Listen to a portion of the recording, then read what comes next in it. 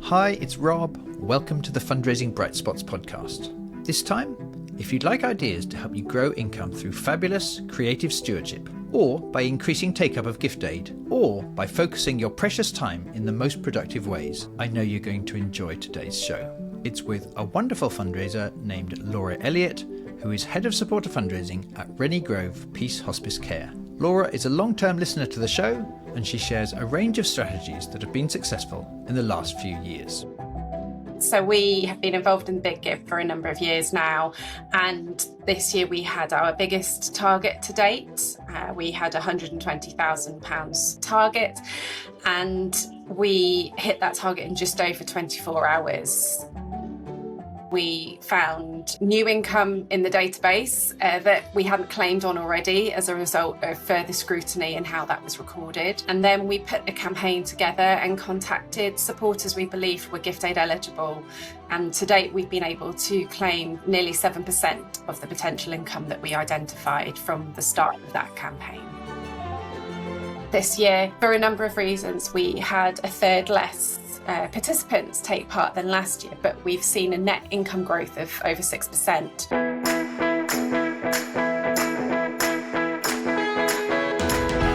Hi Laura, welcome to the podcast. Hi Rob, it's great to be here chatting to you, thank you. You're welcome.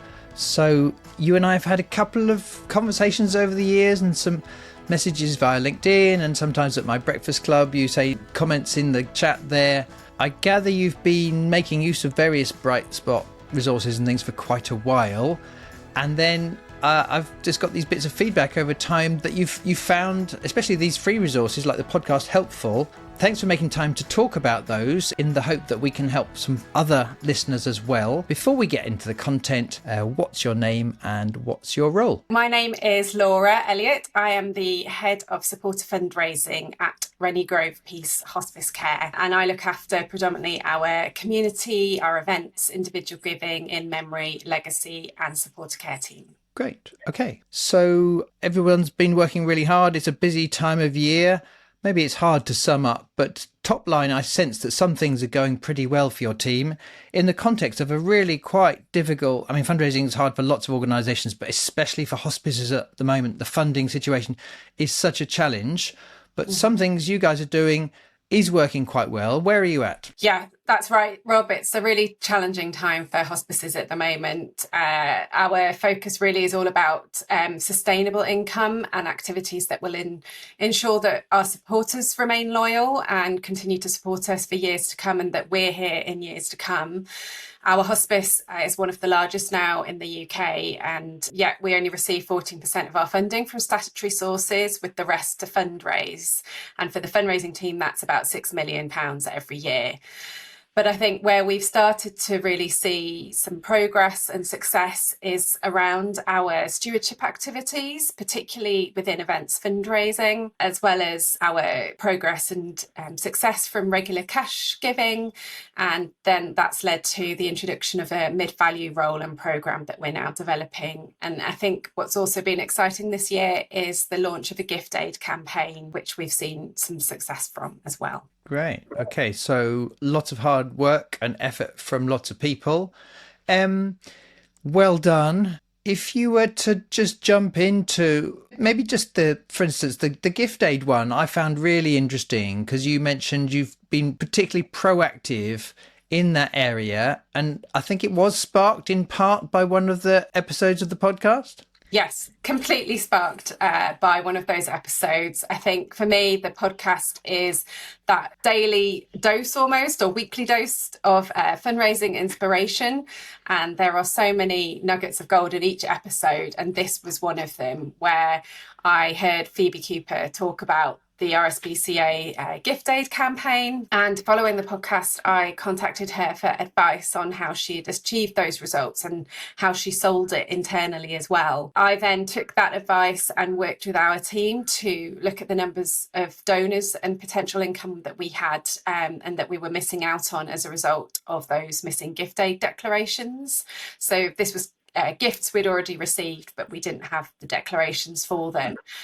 So as a result of working collaboratively with the team and across teams, we found new income in the database that we hadn't claimed on already as a result of further scrutiny in how that was recorded. And then we put a campaign together and contacted supporters we believed were gift aid eligible. And so far, that's seen us start with an email. And our first email had a 50% opener rate on that, with people sharing if they were eligible or not, so that we knew not to contact them again if they weren't. And to date, we've been able to claim nearly 7% of the potential income that we identified from the start of that campaign. That's fantastic. And I guess one thing that's exciting about it is it's not just retrospective, is it? It's anyone who now has opted in any time in the future, be it next year or in 10 years' time, that gift aid effort you're putting in is still going to be giving back to you. Exactly. And when we talk about the power of focus and identifying sources of sustainable income, this is definitely one of those examples. So it's really vital. It seems like such a small thing, the tick in the box, but now is the time when those small things add up, and they definitely count. Really well done.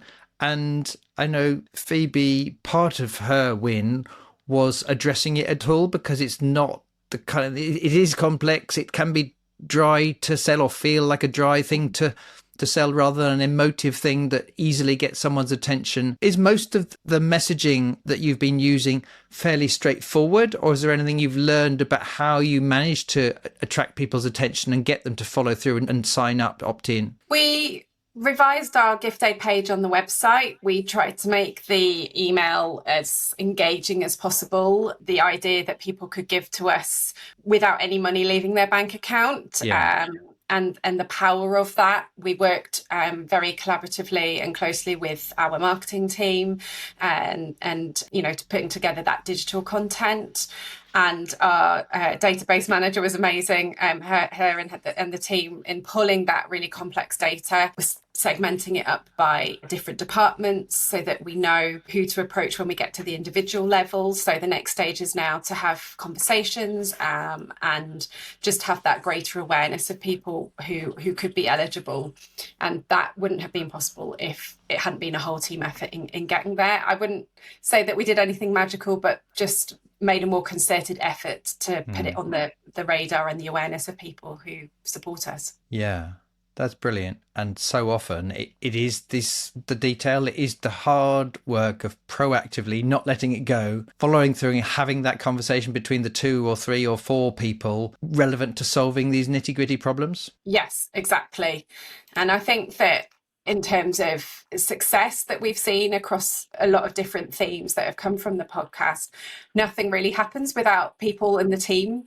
We've worked hard to engage them and empower them to make the ideas their own.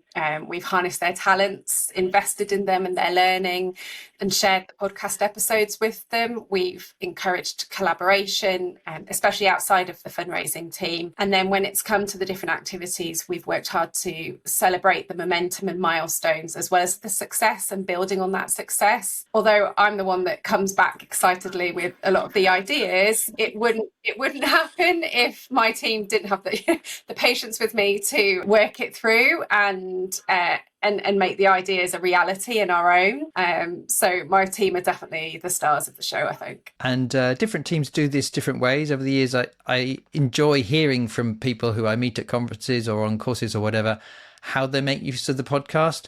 Sometimes it really is just whichever people listen and then bring back the ideas and they share them in a team meeting. Sometimes it's a little bit more formal in terms of a monthly sort of within a particular one team meeting a month. We spend half an hour or something listening or at least bringing back ideas on a particular topic having listened. What kind of approach do you take to make it more likely that some people get round to listening? I think it's a mixture of all of the above, really. We have shared it in a team meeting space and given dedicated time to particular episodes. We also introduced a couple of years back a Headspace Day, which was a concept we took from the Red Cross. And every month our team have the opportunity to have a day where they can put aside the kind of day-to-day priorities and focus on their personal development. through this Headspace Day, and they can listen to anything from podcasts to, but read books, articles, anything that is going to be useful in furthering their development. And then we pick back up on that in one-to-ones, or ideas are brought to team meetings. It's definitely something I'm keen to perfect further, but it's resulted in ideas being discussed, or I might come back with an idea. I often listen to the podcast on my way into work, so I'll arrive at work with all these different ideas and have individual conversations with relevant teams as to how we can maybe make some of them a reality. Yeah, that's brilliant. Thanks for explaining your approach. Maybe that would just encourage some of our listeners to do their version of any of those. I know one of your areas of focus has been stewardship and helping people who do care about the hospice feel great about the difference they're making. And in particular, some of the income is through events, isn't it? Event fundraising is such a busy type of work. There are so many things to do. And yet I sense you've been able to make time. Your colleagues have been making time for some great stewardship. What sort of approach have you taken, and any tips the listeners could get from that? Yeah, so I think my number one tip with any of the podcast episodes is just choose one thing, just start somewhere. But as much as you want to, you can't do it all at once, and you need to pace yourself. So it's a case of finding focus and starting from there. So we did that with our events fundraising. And I think what really inspired some of this work was the episodes with Craig Linton, as well as Paul Courtney, and particularly where Craig talks about fundraising is all about building relationships, as we know, and then providing elevated experience through personalised stewardship. So we took that concept and applied it to the stewardship that we deliver for our in-house events. For the smaller events like trek groups or marathon runners where you have about 20 people, that obviously works really, really well. But the challenge is to upscale that when you have mass participation events. So we've worked hard to understand the motivations of our supporters, why they're giving, how they're supporting, and then we have segmented those audience based on motivation. And we then engage with them differently. So whether they're participating in memory, or if they're motivated by the event itself, or even reaching the target. And we talk about top fundraiser lists if they have a competitive streak in them. Craig really encouraged us through that podcast to think about our donors and the way that we engage with them. And he also talked about the Pareto 80-20 principle. So as part of our segmentation, we obviously want everyone to have a brilliant experience. It's really hard to accept that sometimes you can't do the same for everyone.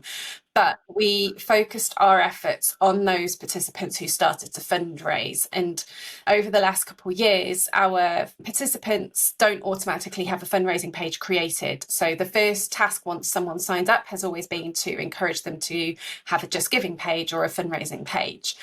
But from the point that they then get their first donation on the page, that's when the team really have ramped up the engagement. And what happens is they receive a video into their inbox, a personalised video from one of our events team, Bobby, generally. And not only is that one of the wow moments that we will probably talk about later, but it's the first step in building that relationship. And from there, we then use a mixture of nudge tactics to encourage people to reach their fundraising goal. But when they then progress through their journey of fundraising with us, they receive further personalised emails as well as the generic stewardship emails.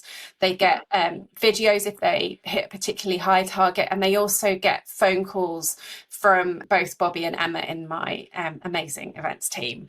And so as a result of that quite personal approach through the emails and the videos and the phone calls, when it comes to the event day, our participants arrive and they recognise Bobby and members of the events team because they've had that very personalised relationship. We've had participants who've arrived who have had really lovely moments at one of our walks where they've met with Bobby and at the in-memory point on the route, and she was able to give them the medals and have a really strong relationship with them because they knew her already. Other participants have had phone calls with her, and then that same evening have then shared their fundraising page and gone on to raise over £700 just in that one evening.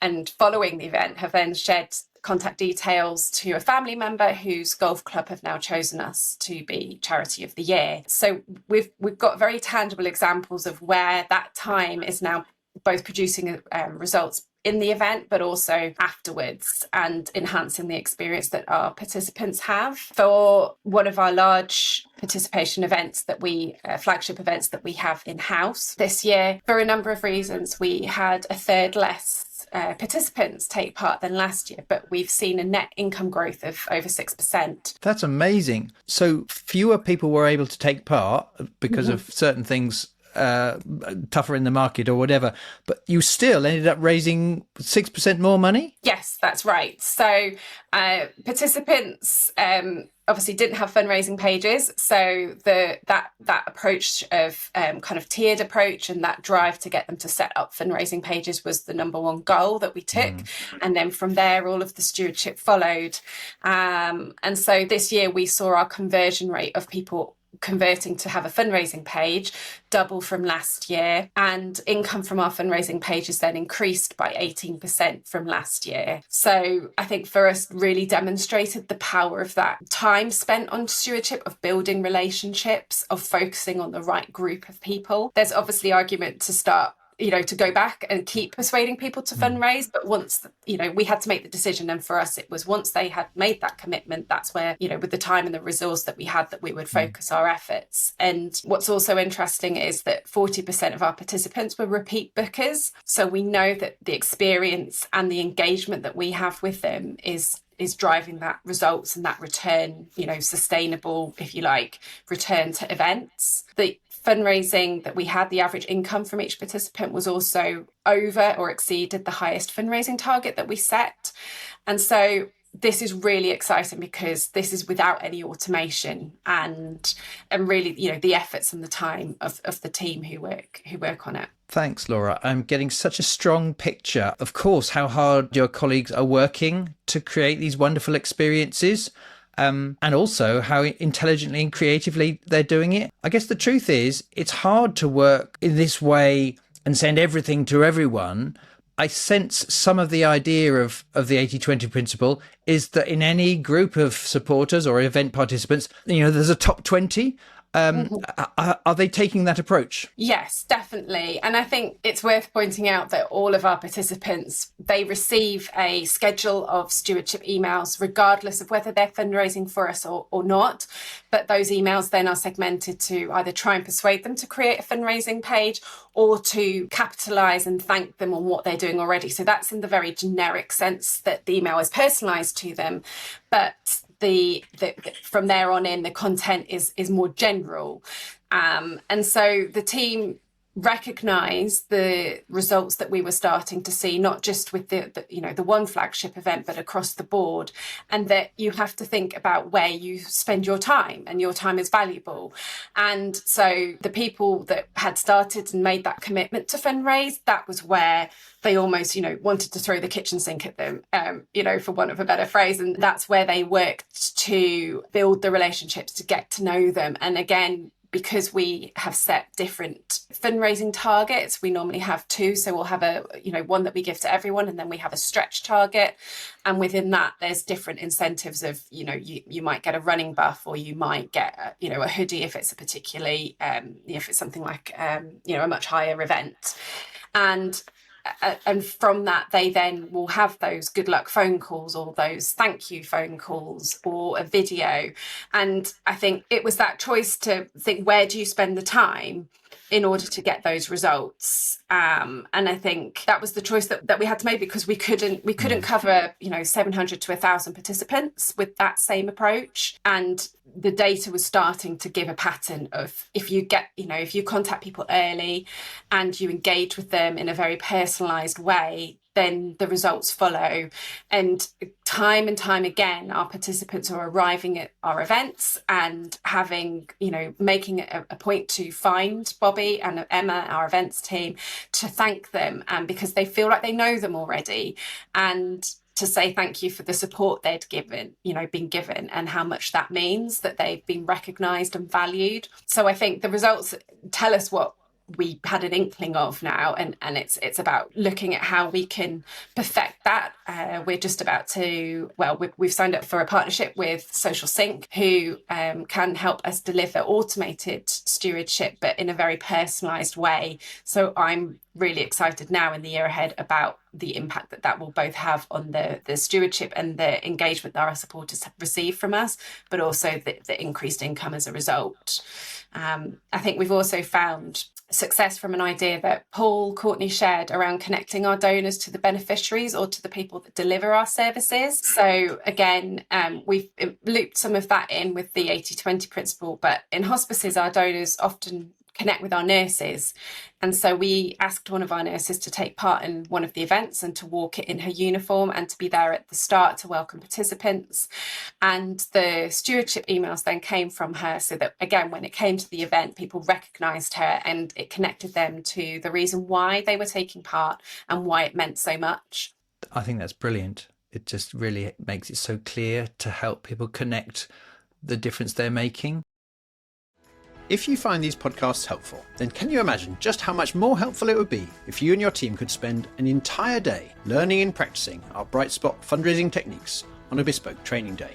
We recently received this feedback from Shelley Thompson, Head of Partnerships at Oxfam GB, about the difference that Bright Spot training has made for them. Things are harder now. The no unsolicited application and the closed doors are every way we're turning, as far as I'm concerned, in my team specifically as new partnerships. And when we did Bright Spot training, it was like, this is a different way to approach something. It makes a difference. And the results that we're getting from that are something our team specifically has not seen in a very long time. I know that it's tens of thousands just in my team, and I know that it's tens of thousands in our mirroring development team as well. That is definitely worth it, and we're not even a year after the training yet. I just think it's where you should spend your money and where you should spend your time if you want results.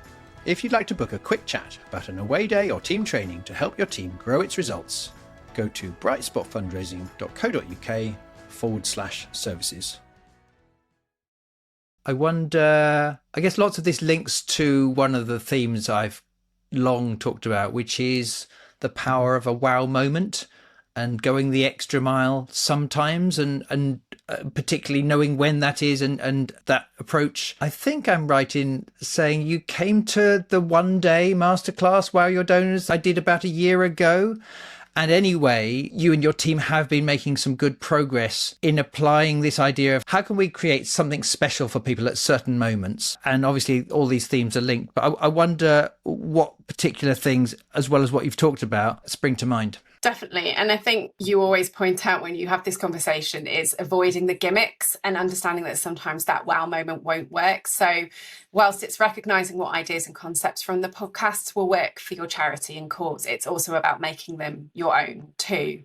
So there's been so many podcasts on this theme of both wow moments and handwritten cards, episodes like the one with Rachel Honeyburn, Cleo Grassani and Laura Crowdis. These episodes were really vital lessons for me and have really helped to elevate the experience our donors receive. Some of the steps that we've taken as a result has spread really across all of the income streams that we have. So we provided a suite of cards with images that were from the local area. It wasn't quite the penguins like Gemma had from Helen and Douglas, which I loved, but it was a start. And the team now use these cards to send handwritten thank you or thinking of you notes to our donors and supporters from all income streams. So whether that's in memory or cash donors or appeal donors, our community supporters, our eventers, our corporate supporters or high value individuals.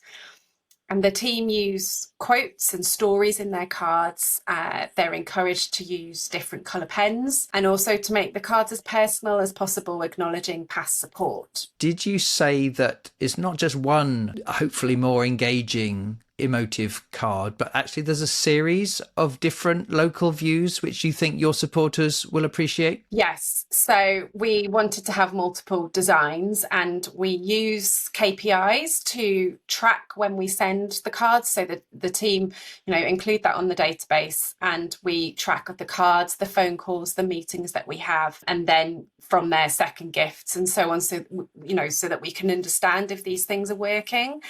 We also apply the 80-20 principle here, because as much as we'd love every donor to get a handwritten card, we also have to be thinking about where's best to spend our time. And so we thank our donors via personalised emails or letters. But again, when we think about the higher value gifts, particularly from our cash donors and the appeals, they will get a handwritten card. And one of my supporter care team spends probably about 70% of her time writing cards. But the results that we've seen from that have been really encouraging. Thank you, Laura. I've got such a strong sense of this strategy, day in, day out, through the small things. A, people putting in the work and having high standards in this area. And B, it's sort of compounding and sort of building this philosophy to how you want your supporters to feel. I guess a question I've got maybe on behalf of me and some of my listeners is sort of, it's still hard work. If we know we really want to move in this direction, but we know we're a long way off yet, tell us about how you've built momentum or how you've got any of these initiatives started so that gradually things get easier. Yeah, I think, whilst these activities might sound grand, I think we had to start somewhere, and there's still so much learning to do around them and perfecting of them. But my tip would be, just do one thing and start somewhere. As much as you want to do it all, you need to pace yourself and you need to find the focus and begin with that. Find the quick wins. So who are the audiences that you can start with first? Even, for example, if you don't have a suite of beautifully produced cards, could you follow the example that Laura Crowder's had in her episode of just buying a stock of your own cards? And then once you've started with one audience and you've got some learning under your belt, how can you both refine it there, but also translate that across to other income streams, refining as you go? And we are very much doing that. We are refining, we're still learning, we're perfecting, and we're now carrying that over to other income streams where perhaps they've not had as great a stewardship as maybe our event fundraisers. So it didn't feel like a grand effort. It was just a very conscious choice to begin both with our event stewardship, but also in the thanking and the handwritten cards and using the time from our supporter care team. We have, 2 people in our supporter care team. It's not big in the scheme of things. And also the other team members get stuck in as well with writing the cards. But I think what we've seen is that as a result of thanking people for their gifts, we've had volunteers arrive at the office of our supporter care officer, thanking them with the card in hand and saying, thank you so much for the card. Thank you for the, thank you for the thank you. Donors have emailed us to thank you for the cards that they've received. And anecdotally, our Faye in our supporter care team has noticed that she was either onto the 3rd or the 4th design of a card just by recording it in the database in as many months when she was thanking the one-off cash donors. And this then led us to delve into the data a lot further and to see an opportunity for a mid-value relationship fundraiser, which we've now employed. And again, hoping to use that personalised approach to build on those relationships and better understand that group of supporters.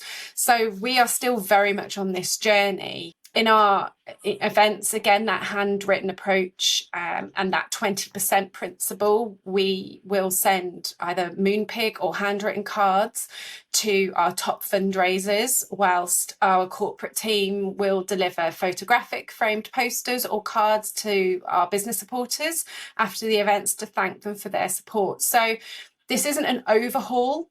It's choosing specific examples, even just, quite small ones that the team can do. So it's is it a photo card that they can produce? When you say a photo card, that might be a photo of someone crossing the finishing line of an event? Yes. We try and get pictures of the supporters crossing finish lines or completing a fire walk, for example, or being by the golf tee at a golf day, so that, again, it's personal to them as a memento that they, particularly for a business, that they can display. But equally, our marathon runners or individuals that run for us and raise a significant amount will receive a trainer tag, while some of our in-memory supporters will receive seed packets. And for me, it's about empowering the team to come up with those ideas, and then ideas that will both enhance the relationships and help them connect with the supporters, so that the supporters feel valued and will then consider supporting us again in the future. So again, there's got to be purpose to what we're doing, and we've got to, again, think about that, where we're spending that time. But we've seen it work in events, and we've seen it work with some of our individual giving activities, and now we're broadening that scope, to get the results. And again, these themes reinforce, don't they? Because if one was trying to send a packet of seeds or take a framed print or something round to every single company, it would be overwhelming and probably inefficient and over expensive. But of course, not all of our listeners have very much budget at all. But assuming a charity has some budget to invest to help fundraising succeed, what I hear you've done is you've combined this approach, this philosophy of people who support deserve to feel really great. You've taken that desired feeling you want for people, but then you're also pragmatic and saying we can't maybe do these things for every single one. So whether they're a corporate fundraiser or an events fundraiser or anyone in your team, they are proactively working out what things they could do extra, but it's okay not to have to do them for everyone. Definitely. So they've been given permission that it's okay not to do, everyone will be thanked in some way, but if we're going to take that 20%, it's those people to really make feel valued, because we know our experience tells us that they come back again and they support, whether that's on an event or whether they've had a great experience as an MMM, coming through as a bereaved next of kin supporter, that they will then go on to support us both, in the community or through regular giving or, by doing an event. So we know that this approach is giving us those results, but at the same time, being aware of where that time is best spent and building on the success that we're learning from each time and celebrating that as well. Hi, it's Rob. And just before we get to the last bit of the conversation, I wanted to ask, is there an area of fundraising that you need to improve this year? If there is, and if you find the bright spot ideas we share in this podcast helpful, please get in touch. Whether it's a bespoke training session for your team, which is how we help Laura's team, or our Learning and Inspiration Club, the Bright Spot membership, or one of our 2 high-value mastery programs, we would love to help you smash your target this year.